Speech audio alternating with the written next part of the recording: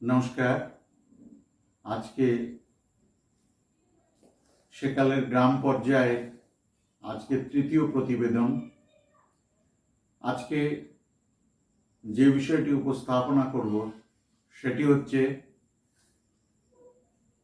আজ থেকে 50-60 বছর আগে গ্রাম বাংলায় 12 মাসে 13 পার্বণের কি পরিস্থিতি ছিল এবং কিছু কিছু বর্তমান সময়েরও কথা আসবে। সে সময় ঈশ্বর দেবদ্বিজে ভক্তি থাকলেও সব ঘরে সমানভাবে বর্তমানের মতো এত পুজোর প্রচলন ছিল না ঘরে ঘরে। আজকে যে পরিমাণে প্রায় সারা বছর ধরেই কোনো না কোনো পুজো লেগে আছে, তার কারণ মানুষের সার্বিক সমস্যার সমাধান হয়নি ঠিকই, কিন্তু কিঞ্চিত আর্থিক পরিবর্তন হয়েছে। তো কথাই বলে না যে যাবৎ শক্তি তাবৎ ভক্তি, অর্থাৎ আজকে একটু শক্তিও বেড়েছে, তো ঈশ্বরের প্রতি শ্রদ্ধা জানানোর ভক্তিও বেড়েছে। তো 12 মাসে 13 পার্বণের বৈশাখ মাস দিয়েই শুরু হোক। পহেলা বৈশাখে আমাদের বাড়ির কাছে একটি মেলা হতো, সে মেলাটি এখনো হয়। সেই মেলা থেকে আশেপাশের 2-3 কিলোমিটার এলাকার মানুষেরা যেত এবং এখনো যায়। এবং সেই মেলায় একটি পীরের দরগা আছে, একটি বটগাছের নিচে। সেই মেলায় কুমোরেরা মাটির ঘোড়া তৈরি করে নিয়ে যেয়ে বিক্রি করে এবং সকলে, হিন্দু মুসলমান সকলেই সেই মাটির ঘোড়া সেই পীরের দরগায় নিবেদন করে। অন্যান্য মেলার মতো মিঠাইয়ের দোকান এবং শিশুদের খেলনার দোকান এবং মনোহারী দোকান যেভাবে ওঠার কথা গ্রামাঞ্চলে, তা সবই উঠত। কিন্তু প্রতিটি মেলারই একটি বৈশিষ্ট্য থাকে। এই মেলার বৈশিষ্ট্য হলো বিচে কলা। সেই দিন বিচে কলা খাওয়ার রেওয়াজ আছে গ্রামাঞ্চলে, এবং এই পয়লা বৈশাখের সেই মেলা থেকে বিচে কলা নিয়ে আসার রেওয়াজ ছিল। এরপরেই বৈশাখের পরেই হচ্ছে জ্যৈষ্ঠ মাস। জ্যৈষ্ঠ মাসে কাঁঠাল, আম, অন্যান্য ফল পাকার মাস। এই ফল পাকার মাসে ঠাকুরকে যাতে একটু ভালোভাবে প্রসাদ দিতে পারে এবং মানুষকে খাওয়াতে পারে, এই সময়টাতে লক্ষ্মীনারায়ণের পুজো করার খুব রেওয়াজ ছিল। এবং এই পুজোতে যেমন মরশুমি ফলাদি প্রসাদ হিসাবে দেওয়া হতো, তেমনি আরেকটি বৈশিষ্ট্য হচ্ছে মক্ষিত, অর্থাৎ আটা, চিনি, গুড় অথবা গুড় মিশিয়ে কলা দিয়ে তার সঙ্গে কিঞ্চিত কর্পূর মিশিয়ে একটি গোলা প্রসাদ তৈরি করা এবং তাতে খই সহযোগে খাওয়া, খই সহযোগে দেওয়া, এটার রেওয়াজ ছিল এবং আজও আছে। এরপরেই যে পুজোটি হতো সেটা হচ্ছে বর্ষাকালের শ্রাবণ মাসের প্রথম ভাগে মনসা পুজো। মনসা পুজো খুব রেওয়াজ ছিল না, তবে কিছু কিছু জনগোষ্ঠীর মধ্যে এই মনসা পুজোর রেওয়াজ ছিল। এবং এই মনসা পুজোর আবার কিছু জনগোষ্ঠীর মধ্যে নবান্নের দিনে মনসা পুজো করার রেওয়াজ ছিল। এই বর্ষাকাল গেল, বর্ষাকালের পরেই আসছে শরৎকাল। শরৎকালে বাঙালির প্রধান উৎসব দুর্গাপূজা। এই দুর্গাপুজোতে বড়দের সঙ্গে সঙ্গে শিশুদের আনন্দটা, কিশোরদের আনন্দটা অনেক বেশি হতো এবং এখনো তাই হয়। তবে আগের মতো ওই ঠাকুরের কাঠামো নির্মাণের দিন থেকে প্রতিদিন বাচ্চারা খোঁজ নিতে যেত যে কবার মাটি পড়ল ঠাকুরের কাঠামোর গায়ে, কবে কোন অঙ্গ প্রত্যঙ্গ তৈরি হলো তার খবর খুব সঠিকভাবে রাখতো সবাই।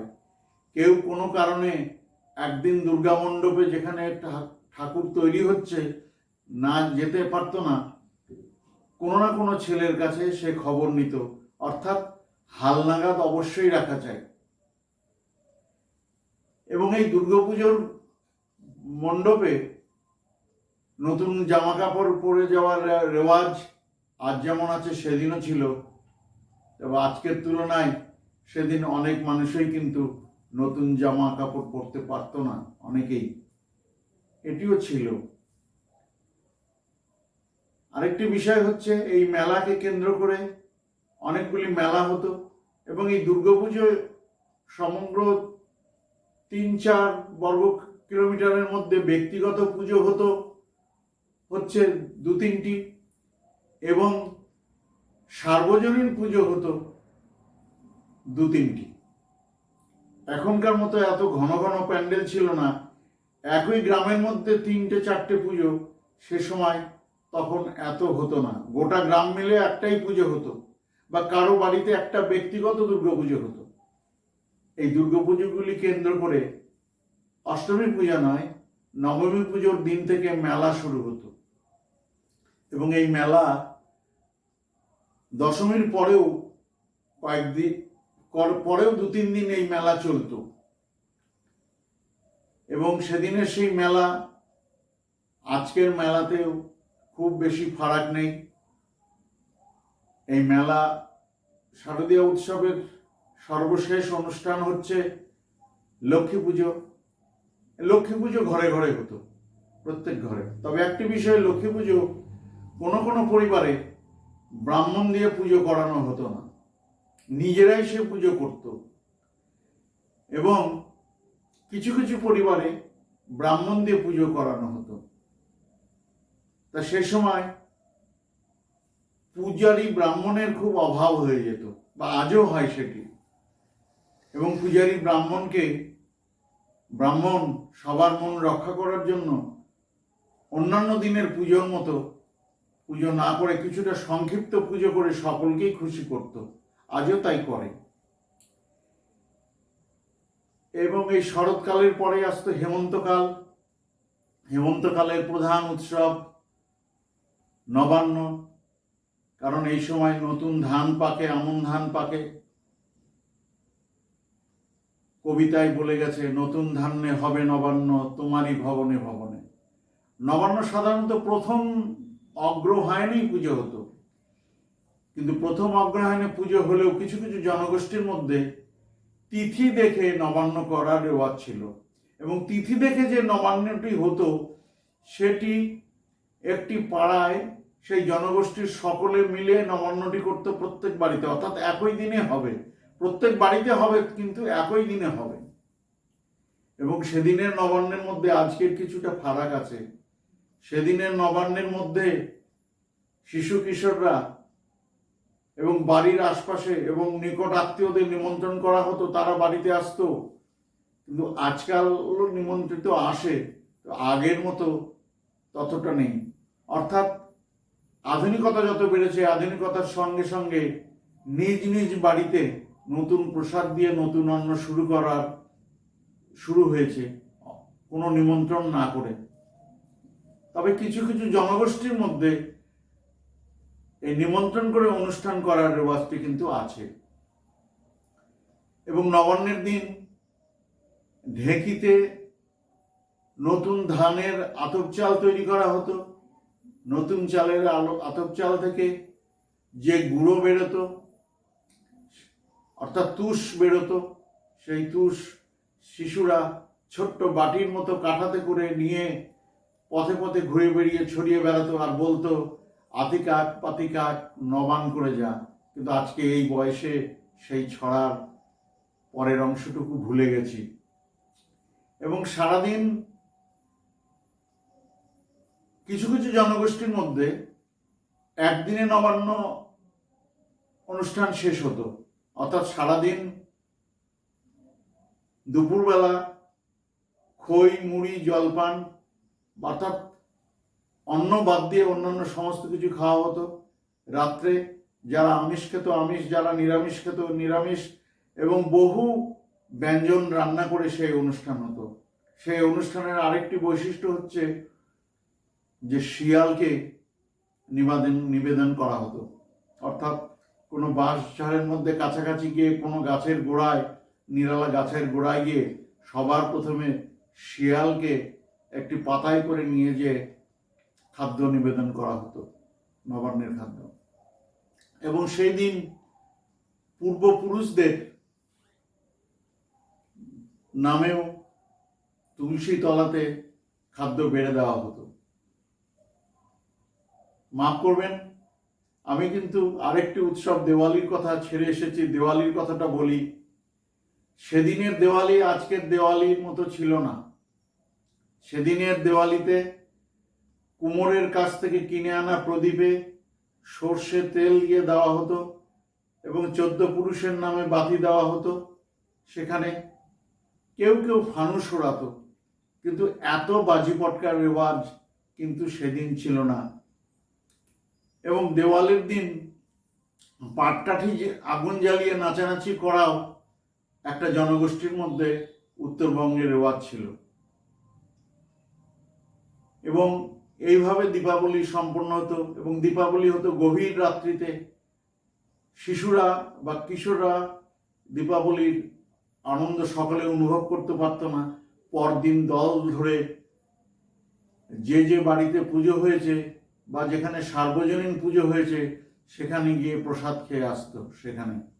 এবং বলি, কালী পুজোতে বলি দেওয়ার প্রথা আজকে যেমন আছে, সেদিনও কোনো কোনো ক্ষেত্রে কালী পুজোয় বলি দেওয়ার রেওয়াজ ছিল। তো আগে হেমন্তের কথা বলেছি, কাজে হেমন্ত থেকে এবার বসন্তকালে চলে যায়। বসন্তকালের আরেকটি উৎসব, সেটি হচ্ছে সরস্বতী পুজো। সরস্বতী পুজো সব বাড়িতে হতো না, কিছু কিছু সম্পন্ন বাড়িতে সরস্বতী পুজো হতো এবং স্কুলগুলিতে হতো।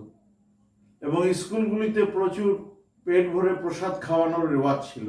আর এত ঘন ঘন স্কুলও ছিল না সেদিন। এবং শিশুরা আজকের মতোই সেদিনও না খেয়ে থেকে অঞ্জলি দিত। এবং নতুন শিশুরা যারা নতুন পড়ুয়া হয়ে উঠবেন তাদের হাতে খড়ি হতো এই শ্রী পঞ্চমীর দিনে। ঠাকুরমশাই স্লেটের ওপর তার প্রথম অক্ষর লেখাতেন দেবীর সামনে। এবং শ্রী পঞ্চমীর পরেই হচ্ছে দোল। দোলের আজকে যে বিশাল বাড়াবাড়ি আছে, সেই বিশাল বাড়াবাড়ি কিন্তু সেদিন ছিল না। দোলে হতো আবির ব্যবহার হতো এবং কিঞ্চিত রং হতো, ছেলেরা খেলতো। সকলে এত দোল দিত না, তবে দোলে প্রচুর কীর্তন হতো। এবং দোলের সঙ্গে এই বাংলাতে যারা হিন্দি ভাষী মানুষরা বসবাস করতো বিভিন্ন পেশায়, তারা দল ধরে তাদের ভাষায় দোলের 20-25 জন মিলে একটি দলে মিছিল বের করত এবং তাদের ভাষায় গান করত। এবং তেমনি দলে বাঙালিরাও দোলের কীর্তন করার রেওয়াজ ছিল এবং একে হুলি গান বলা হতো। এবং হুলি গানে আবার পাল্লাপাল্লি করে গানও হতো। তো আজকে এই অনুষ্ঠানগুলো কোথায় হয় আজকে আর আমার জানা নেই। এই নবান্নের পরেই, এই দোলের পরেই যে উৎসব হতো সেটি হচ্ছে চড়ক পুজো। চড়ক পুজো চৈত্র সংক্রান্তিতে হতো এবং চড়কের মেলা এখনো অনেক দূর এলাকার, একটি চড়ক পুজো থেকে আরেকটি চড়ক পুজোর দূরত্ব অনেক দূর পর্যন্ত। তা আমরা দূরে হলেও মেলায় যেতাম এবং ছেলেরা দেখতাম যে দুজন লোক বড়শি পিঠে বেঁধে চড়কের সঙ্গে ঘুরে বেড়াচ্ছে। এটা আমাদের ব্যথা দিত। কাজে এইভাবে বাংলার যে 12 মাসের যে পুজো আর্চার কথা, 13 পার্বণের কথা, তা বলবার চেষ্টা করলাম।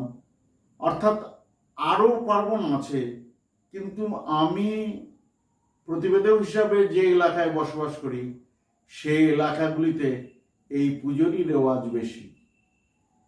একটি কথা বলবো, আমি কোনো গ্রামের নাম, মেলার নাম, পুজো মণ্ডপের নাম উল্লেখ করলাম না এই কারণে যে এটি মূলত অধিকাংশ ক্ষেত্রে সার্বজনীনভাবে সেকালের প্রত্যন্ত গ্রামাঞ্চলের ছবি হয়তো হয়েছে, এভাবেই হতো। কিন্তু সামান্য দূরত্বে কিছু কিছু পার্থক্য থাকতে পারে, কিন্তু মূলত বিষয়গুলি ঠিক এইরকমই ছিল। যেখানে প্রতিবেদনটি শেষ করছি, শেষে যে কথাটা বলছি, এই প্রতিবেদনটি ভালো লাগলে আপনারা লাইক করবেন, সাবস্ক্রাইব করবেন। এখানেই শেষ করছি। নমস্কার।